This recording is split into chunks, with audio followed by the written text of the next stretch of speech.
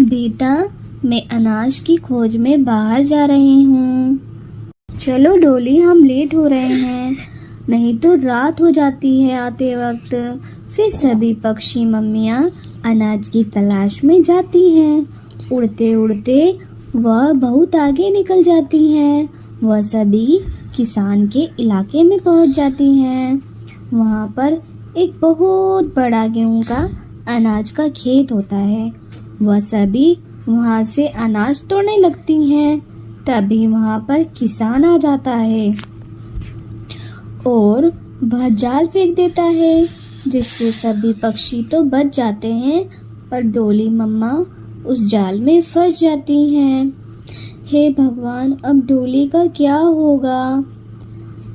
थोड़ी देर बैठने के बाद वह सभी मम्मियाँ अपने घर की तरफ चली जाती हैं। उधर गुड़िया अपनी मम्मा का इंतजार कर रही थी। पता नहीं आज मम्मा कहाँ रह गईं। इतनी देर तो उन्हें कभी नहीं होती। मुझे उनकी बहुत फिक्र हो रही है। उधर वह किसान डोली को अपने घर ले जाता है और उसे पिंजरे में डाल देता है। किसान की पत्नी पक्षियों की भाषा समझती थी। वह अपने बच्चे को वहीं पास में बैठकर खिला रही थी। तभी उसे डोली चिड़िया के रोने की आवाज आती है। किसान की पत्नी उसके पास जाकर पूछती है, क्या हुआ है तुम्हें? भूख लगी है क्या?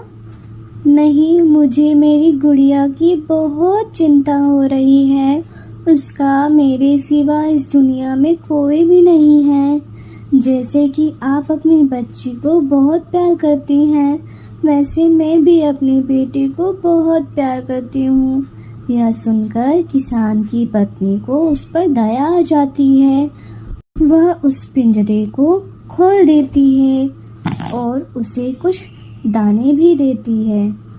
आपका बहुत बहुत धन्यवाद। इतना कहकर वह वहाँ से उड़कर अपने घर आ जाती है। माँ, आप कहाँ रह गई थी? सभी की मम्मियाँ आ गई थी।